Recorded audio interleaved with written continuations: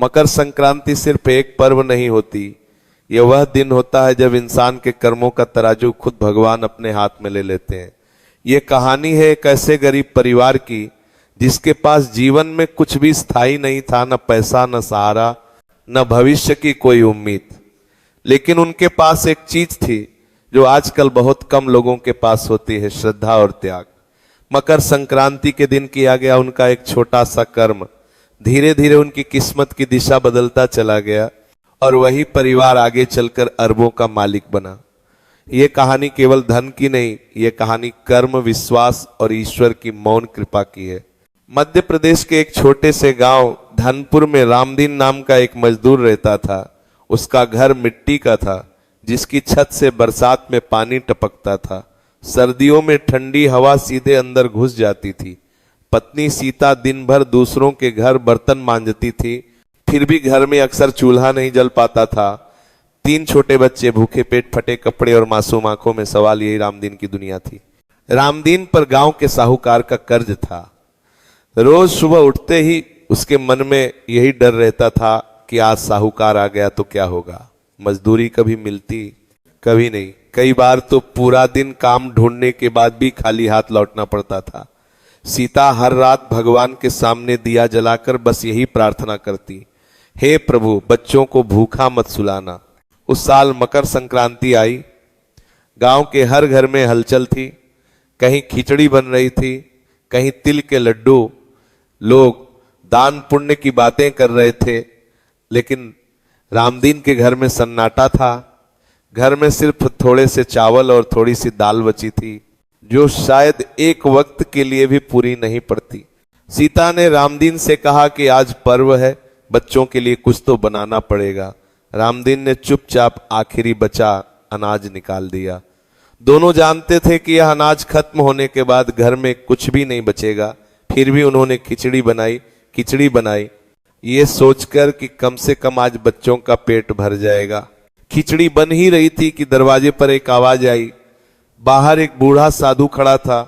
उसके शरीर पर फटे कपड़े थे, पैर नंगे थे और आंखों में भूख साफ दिखाई दे रही थी। साधु ने धीमी आवाज में कहा, बेटी, आज मकर संक्रांति है, अगर खिचड़ी मिल जाए तो जीवन सफल हो जाए। सीता ठिठक गई। उसके पीछे बच्चे खड़े थे। खिचड़ी वही थी जो उनके लिए बनी थी। एक पल के लिए उसका मन डगमगाया। फिर उसने बच्चों की तरफ देखा, फिर भगवान की तस्वीर की तरफ।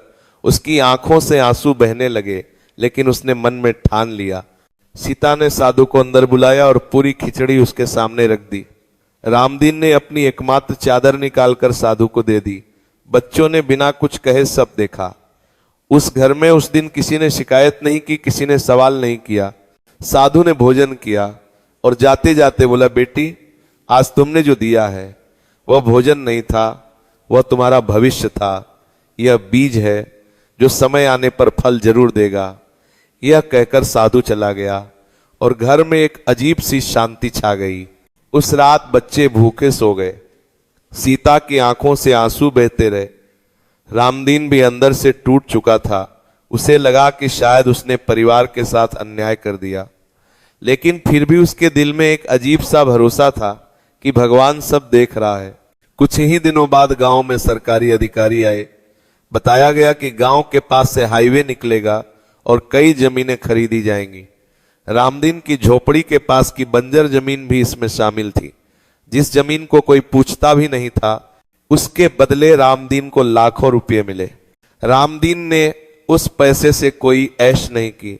उसने एक छोटा सा अनाज का व्यापार शुरू किया। ईमानदारी, सही तौल और मेहनत, यही उसकी पूंजी थी। लोग उस पर भरोसा करने लगे। धीरे धीरे व्यापार बढ़ता गया। रामदीन ने गोदाम बनाया, ट्रक खरीदे। सीता ने दान कभी नहीं छोड़ा। हर मकर संक्रांति पर गरीबों को खिचड़ी जरूर खिलाई जाती। 20 साल बीत गए। रामदीन का नाम बड़े व्यापारियों में गिना जाने लगा। अनाज, रियल एस्टेट और वेयर हाउसिंग में उसका साम्राज्य फैल चुका था। उसकी कुल संपत्ति अरबों में पहुंच चुकी थी। लेकिन आज भी मकर संक्रांति के दिन रामदीन सबसे पहले दान करता है। वह कहता है, जो भूखे को खिलाता है, भगवान उसे कभी भूखा नहीं रखता। यही इस कहानी की सबसे बड़ी सीख है। दान कभी छोटा नहीं होता और सही समय पर किया गया त्याग पूरी जिंदगी बदल सकता है। समय बहुत बदल चुका था, लेकिन रामदीन का स्वभाव नहीं बदला था। आज उसके पास बंगले थे, गाड़ियां थीं, बड़े बड़े ऑफिस थे, लेकिन उसके दिल में वही पुराना मिट्टी का घर बसा हुआ था। हर मकर संक्रांति के दिन वह सुबह सबसे पहले सूरज को अर्घ्य देता, फिर अपने गोदामों से अनाज निकलवाता और गरीबों के लिए खिचड़ी बनवाता। वह कभी यह नहीं भूलता कि एक समय ऐसा भी था जब उसके बच्चे भूखे सोए थे और उसी भूख के बीच किया गया दान उसकी जिंदगी की सबसे बड़ी पूंजी बना। एक दिन किसी ने उससे पूछा, इतनी दौलत, इतना नाम, इसका असली राज्य क्या है? रामदीन कुछ देर चुप रहा।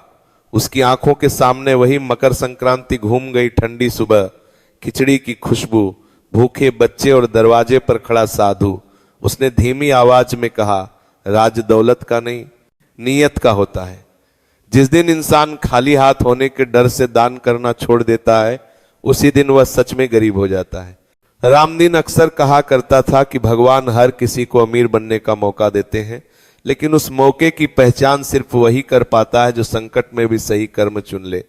मकर संक्रांति का वह दिन उसके लिए सिर्फ एक त्योहार नहीं रहा, वह उसकी आत्मा की परीक्षा थी, और उस परीक्षा में पास होने का इनाम उसे वर्षों तक मिलता रहा। आज भी जब मकर संक्रांति आती है, रामदीन अपने बच्चों और पोतों को अपने पास बैठाकर वही कहानी दोहराता है।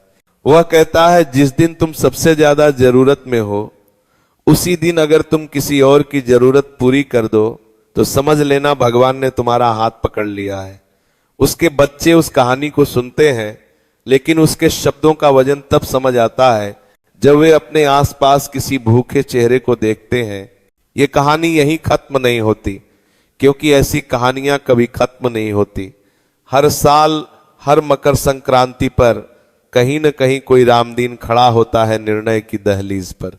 एक तरफ अपनी मजबूरी होती है, दूसरी तरफ किसी की भूख, और उसी एक फैसले में छुपा होता है उसका भविष्य। तो जब अगली बार मकर संक्रांति आए और आपके सामने दान का अवसर आए, तो ये मत सोचिए कि आपके पास कितना कम है, ये सोचिए कि आपकी नीयत कितनी बड़ी है। क्योंकि हो सकता है वही एक छोटा सा दान, वही एक प्लेट खिचड़ी आपकी जिंदगी की दिशा बदल दे। क्योंकि जो सूर्य की तरह दूसरों के जीवन में रोशनी बांटता है, उसके जीवन से अंधेरा कभी नहीं जाता।